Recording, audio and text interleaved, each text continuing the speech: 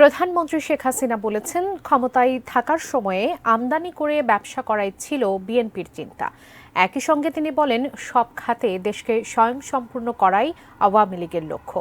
সকালে প্রাণী সম্পদ সেবা সপ্তাহ ও প্রদর্শনীর উদ্বোধনী অনুষ্ঠানে এই মন্তব্য করেন তিনি। গবেষণা ছাড়া কোনো দেশ এগোতে পারেনি, এটাই হলো বড় কথা।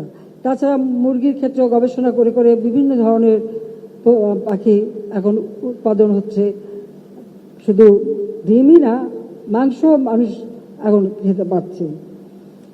একটি কথা না বলে পারছি না যে আমাদের আগে যারা ক্ষমতায় ছিলেন, যেমন খালেদা জিয়া ঘোষণা দিল যে দেশের মানুষকে ডাল ভাত খাওয়াবে। সে ডাল ভাত খাওয়াতেও কিন্তু ব্যর্থ হয়েছিল। এরপর 2007 সালে আসলো তত্ত্বাবধায়ক সরকার।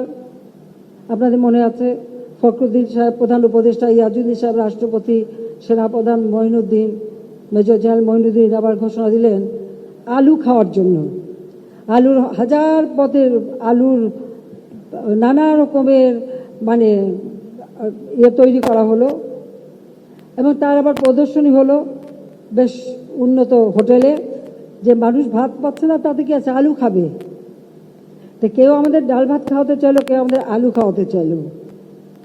মাছে ভাতে বাঙালি আমরা। তা আমার মাছে ভাতে বাঙালি, মাছ ভাত পেলেই তো যথেষ্ট। সেটাই তো আমরা চাই, বলেন ঠিক কিনা?